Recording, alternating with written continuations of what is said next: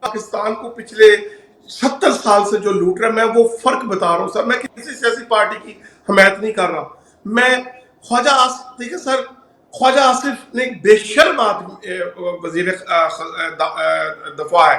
جو یہ کہتا ہے کہ ہم وہاں پہ صرف لاشیں دفنانے کے لیے آتے ہیں. ہمارا تعلق ہے پاکستان کے ساتھ. اور یہ وہی خواجہ آصف ہے سر جس کے پاس کاما تھا، یہ بھی منی لانڈرنگ کرتا رہا ہے. اور یہ بھی طرح جو ہے نا بلیک منی، جو جب اس کو کہا گیا کہ اپنی ڈیٹیل بتاؤ پیسے کہاں سے آئے، تو اس نے کہا کہ میں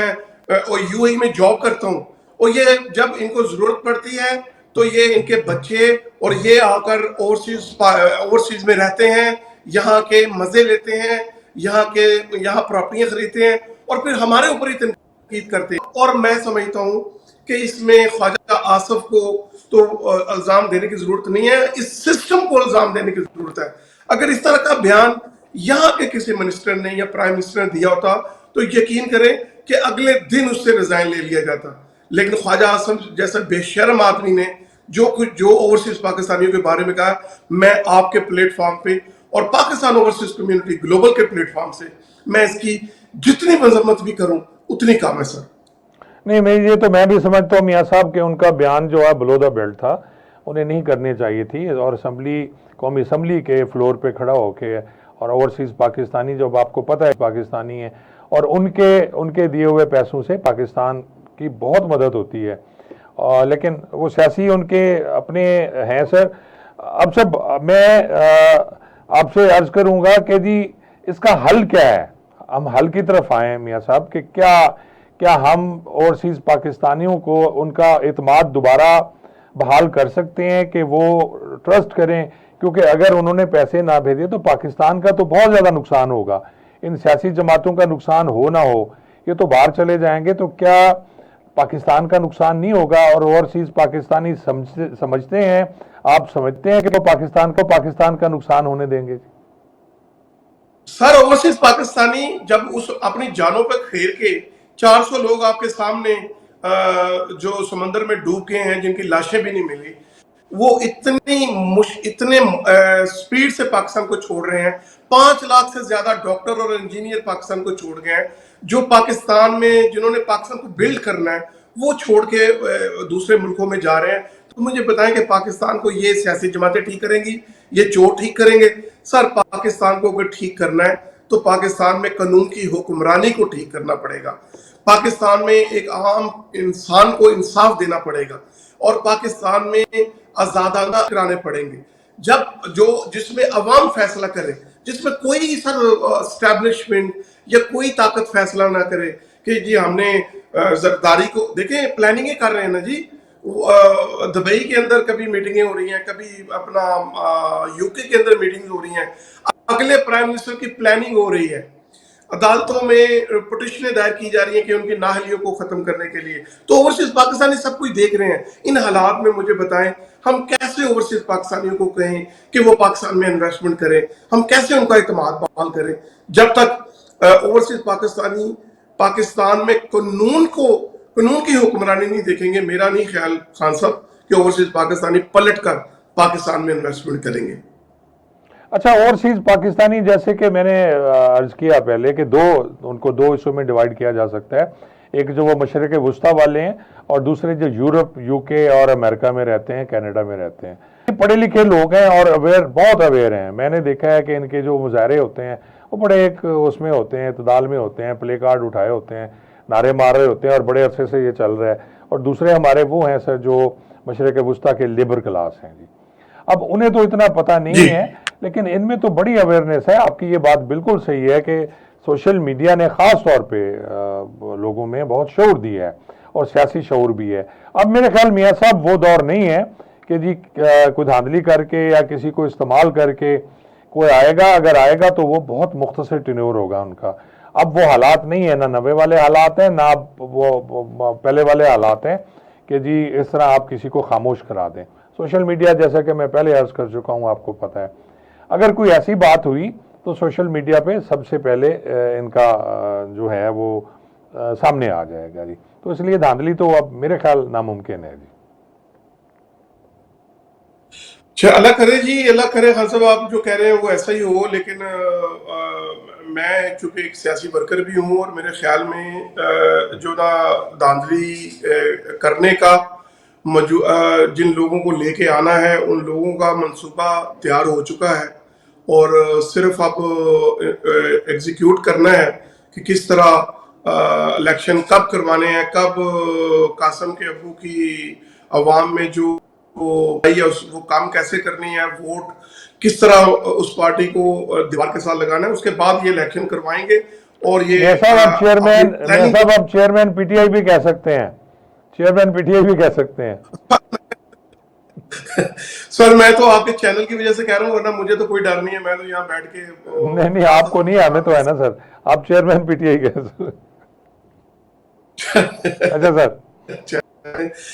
اس ملک میں الیکشن ٹائم پہ الیکشن یہ کروا دیں اور عوام کی منتخب حکومت آئے تو اگلے 5 سال لگیں گے سر، پھر بھی اوورسیز پاکستانیوں کا اعتماد بحال کرنے کے لیے، کیونکہ جو کچھ انہوں نے یہ جو موجودہ حکومت نے اس پہ تو ہم نے کافی ڈسکس کر لیا۔ یہ جو مافیا ہے، یہ جو کنکریٹ مافیا ہے، جو کہ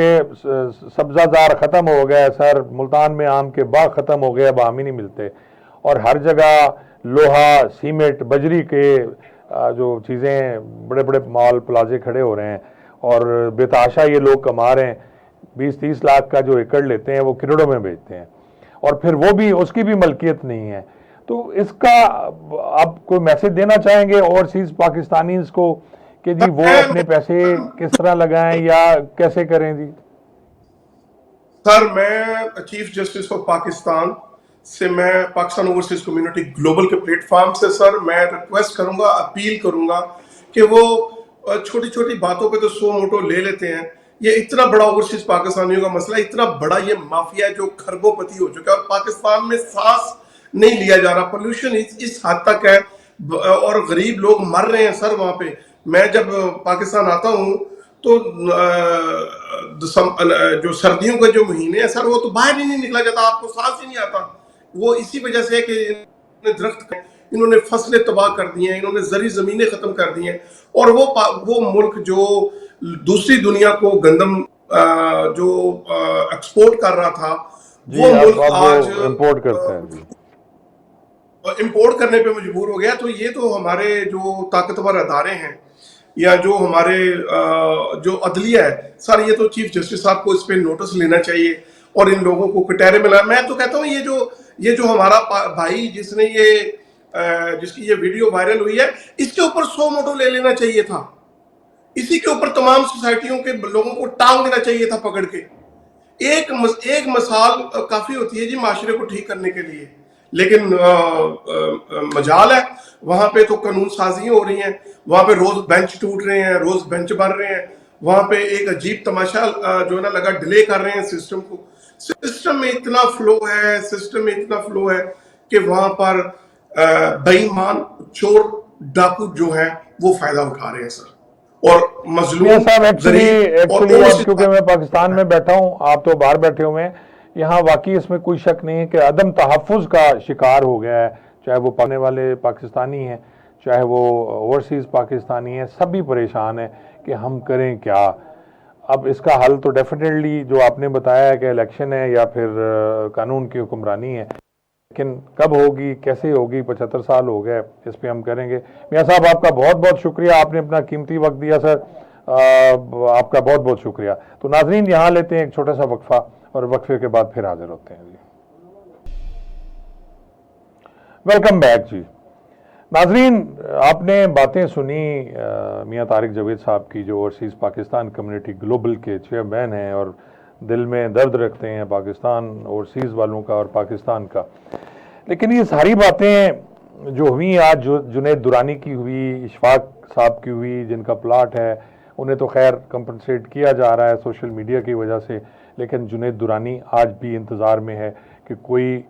عدلیہ، کوئی انتظامیہ کوئی آ کے اسے اس کے 2 کروڑ واپس کرا سکے، اور وہ ڈرا ہوا ہے اور وہ بھی شاید پاکستان چھوڑنے کو تیار ہے۔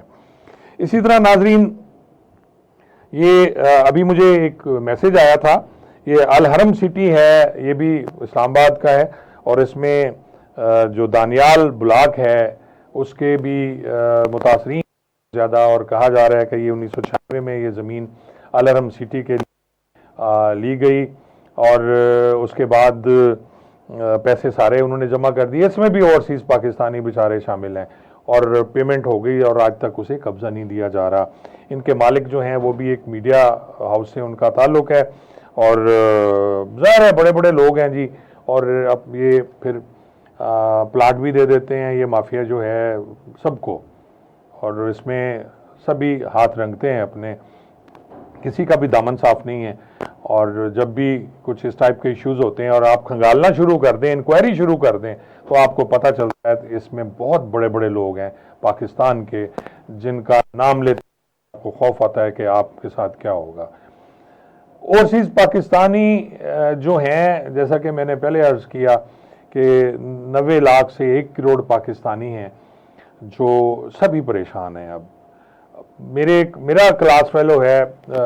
جمیل مغل، وہ امریکہ چلا گیا، بہنوں اور بہنوئی نے اس کی زمین 4 مربع زمین اور گھر پہ قبضہ کر لیا جی، وہ بھی کچھ نہیں کر سکتا، وہاں بیٹھا ہوا ہے. جب تک ناظرین کوئی ایسا قانون نہیں آئے گا، سالڈ قانون، کہ جس پاکستان میں قانون کی حکمرانی ہوگی، پاکستان میں انصاف ہوگا، پاکستان میں انصاف 2 طرح کا نہیں ہوگا، امیر کے لیے اور غریب کے لیے، اور اس کے بعد اس وقت تک اوورسیز پاکستانی جو ہیں وہ اب کم از کم پاکستان میں اپنے پیسے نہیں بھیجیں گے. اور یہ بہت بڑا نقصان ہے حکومت پاکستان کے لیے، اور حکومت کے لیے نہیں، ہماری ریاست کے لیے بہت بڑا نقصان ہے کہ یہ کیسے چلے گا، یہ پھر ملک کیسے چلے گا، صرف قرضوں پہ چلے گا. ہر دفعہ ہمیں IMF کو دیکھنا پڑے گا، اور ہم وہ قرضہ لے کے پھر خوشی کا اظہار کریں گے، یعنی قرضے پھر سود در سود ہم پے کرتے رہیں گے. اسی طرح اس ملک کی بقا کے لیے انتخاب بھی بہت ضروری ہیں، انتخاب ہونے چاہیے، الیکشن بہت ضروری ہیں، اور منصفانہ ہونے چاہیے اور نظر آنے چاہیے. تو آج کا یہ پروگرام تھا میرا اوورسیز پاکستانیوں کے نام. اجازت دیجیے، بہت بہت شکریہ جی.